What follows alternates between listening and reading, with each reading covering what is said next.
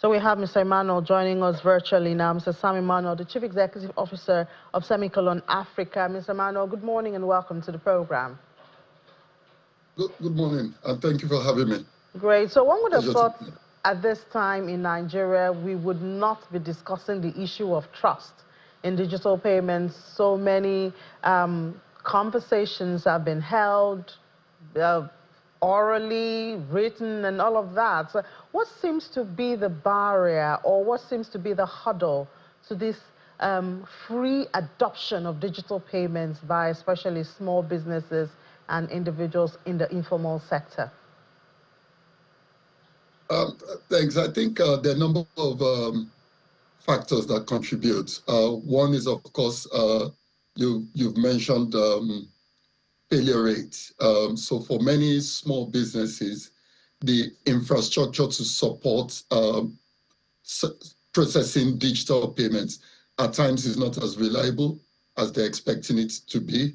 And for those businesses, there's the risk that if you process a payment digitally and you think you've gotten paid, the customer has gone away with whatever goods you were selling to them or service, and then later you find out that that process did not go through successfully, it may not be a customer that you're able to contact or reach again to then get paid. So essentially there's been a possible significant loss of value. And so the reliability of infrastructure is key. For really small SMEs, you might find that many of them may even be operating in less urban areas, which means the infrastructure deficiency could be a lot more acute. And then, of course, is that for many of them, there's still the concern around, okay, even if I get paid digitally.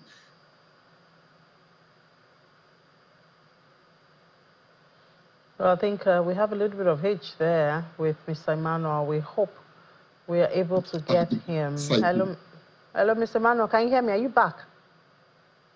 I can hear you. Can you hear me? Yes, I can hear you. Okay, please go ahead. We lost you for a bit there. I'm so sorry. So I was saying that the reliability of the infrastructure plays a bigger role, particularly for those that may be operating in less urban areas, and so reliability of internet connection and things like that.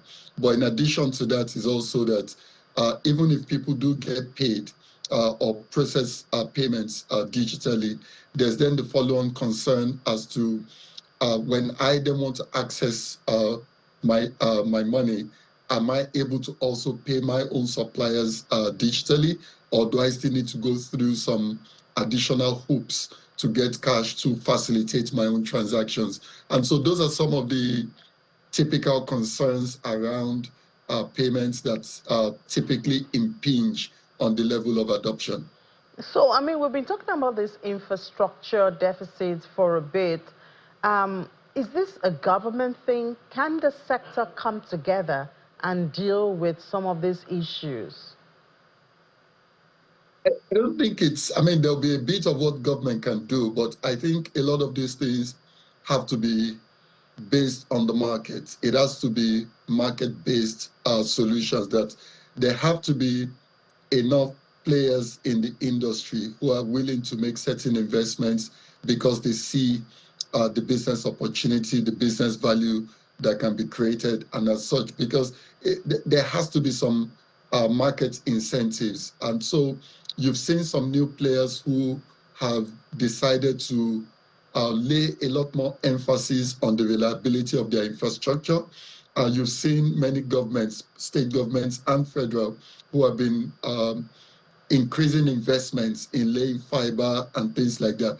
And I believe from the government side, quite a number of them have actually prioritized markets because they want to enable greater sort of digital commerce, if you like, particularly for those in the informal sector. But I think there's a lot more that players in the financial services space can do.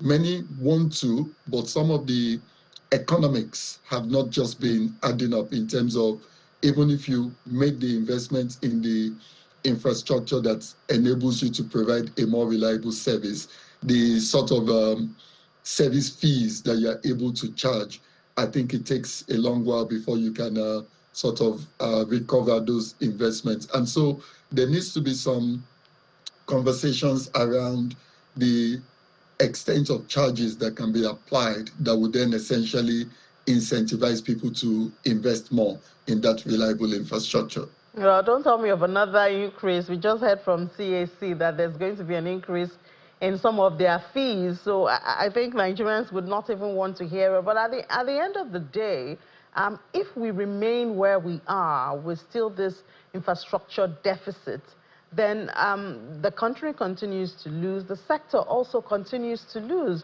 We need a way out of it. We need to win more people over to the digital payment space, which is the global way at this time. But, I mean, how do we go about it? Who will give in? I guess that's the question that's in front of us. Yeah, when I was talking about the charges, I wasn't insinuating or suggesting necessarily charging the customers more fees. I think for the players in the space, there has to be some review of product and service mix, and then the sort of value addition and value creation that is being done within the space.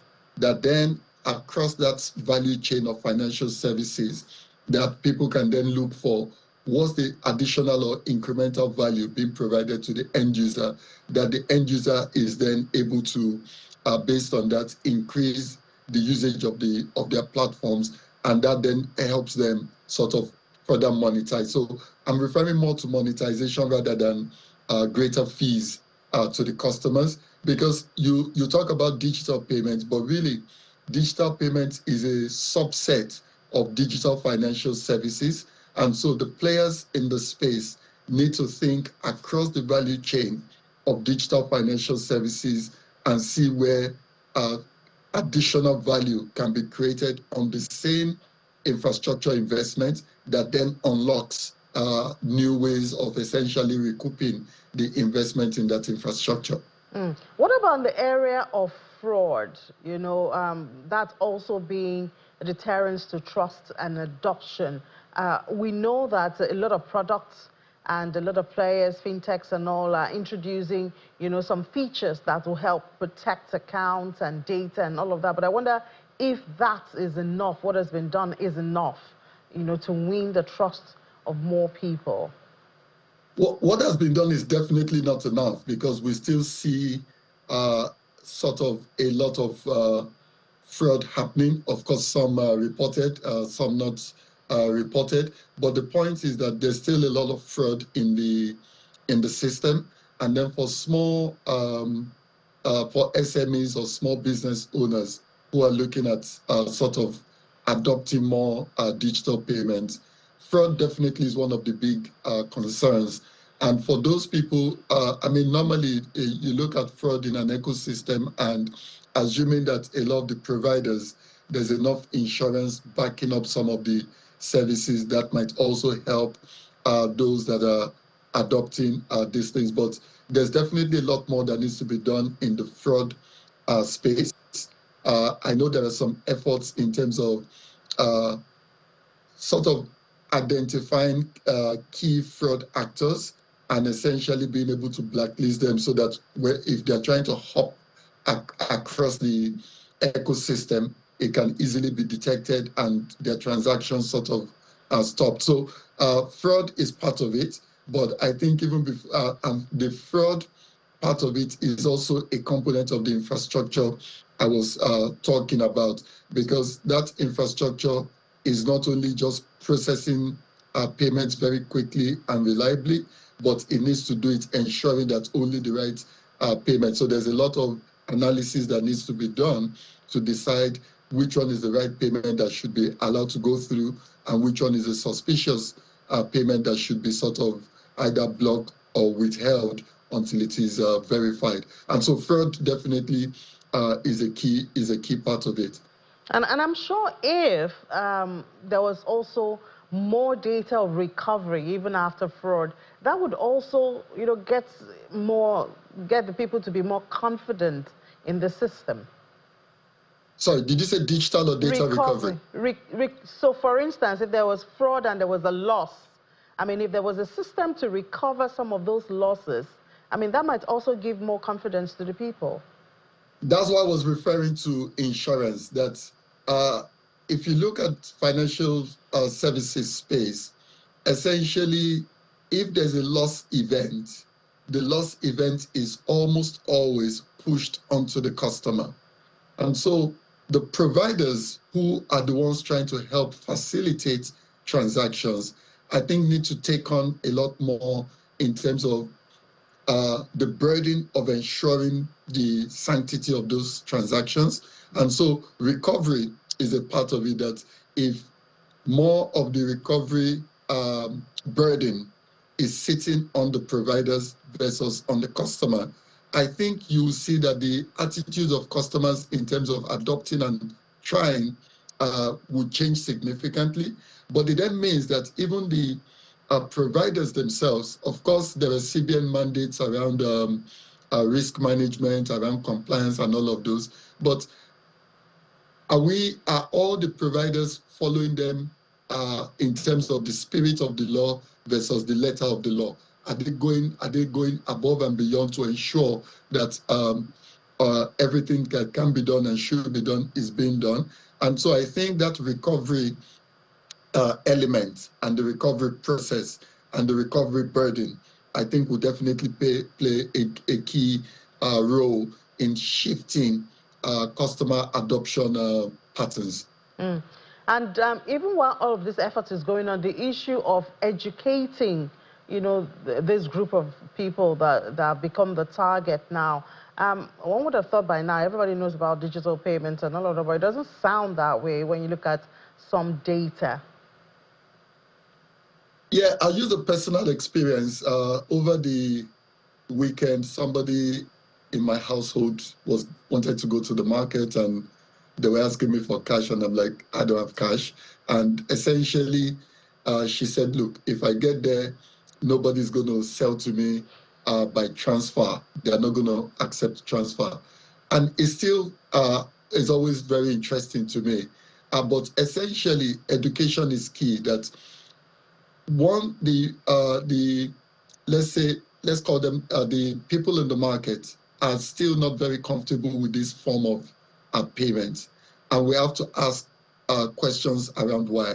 Beyond conversations of infrastructure, which are more conversations on the provider side, beyond conversations of fraud, there's still the element of, do people even aware of the pros and cons of digital payments versus cash handling? That's number one. And then, do they even realize some of the antecedent costs that come with just handling and carrying cash, and of course the risk that goes with it, and then the benefits of just the seamless transactions? So education is a key part of it. But when we look at education, education is not just from the perspective of greater awareness.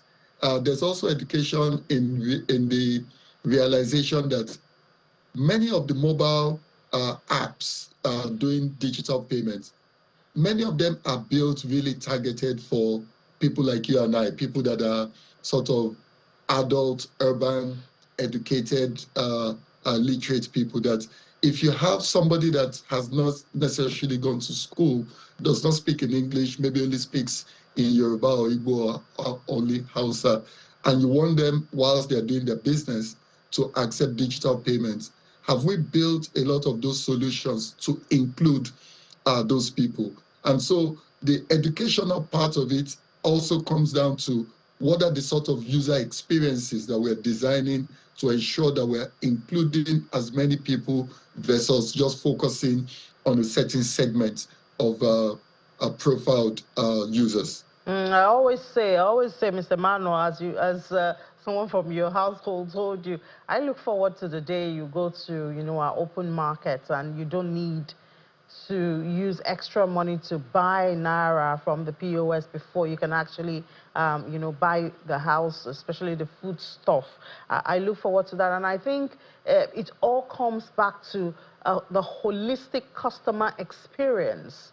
when it comes to digital payment, it does come, I mean, a lot of people and areas have responsibility, even the consumers or the clients and all of that. But building this holistic customer experience, I think, is one way that can drive the acceleration of adoption of this digital payment. Absolutely correct. Customer experience, because I think, and that's what I was talking about, digital payments is a subset of digital financial services. I don't want to mention specific names, but you've seen that some more recent players in the space have looked at the individual and looked at their financial services needs from a 360-degree view. And so they've come up with services across different elements of that value chain. And so as a result, the customer experience that you get with those sorts of people is very, very, very different. With everything that we're seeing, I think you see certain people that it's natural for them to do all their transactions electronically. But the fact that we still have a large portion of people that cash is still their first element signifies the fact that we have some major gaps in how we have gone about customer experience when it comes to facilitating transactions, payments, or collections between two or more parties. So you're absolutely correct that customer experience is a key part of it. And as part of that customer experience, it means that people who are sort of let's call them product-oriented people who have a good bent towards design, interaction and experience design should be very much involved in that process of thinking through what a digital financial service offering should look like. All right, thank you so much, Mr. Sam Emmanuel, the Chief Executive Officer of Semicolon Africa, for your time and perspective this morning. Thank you. Thanks for having me.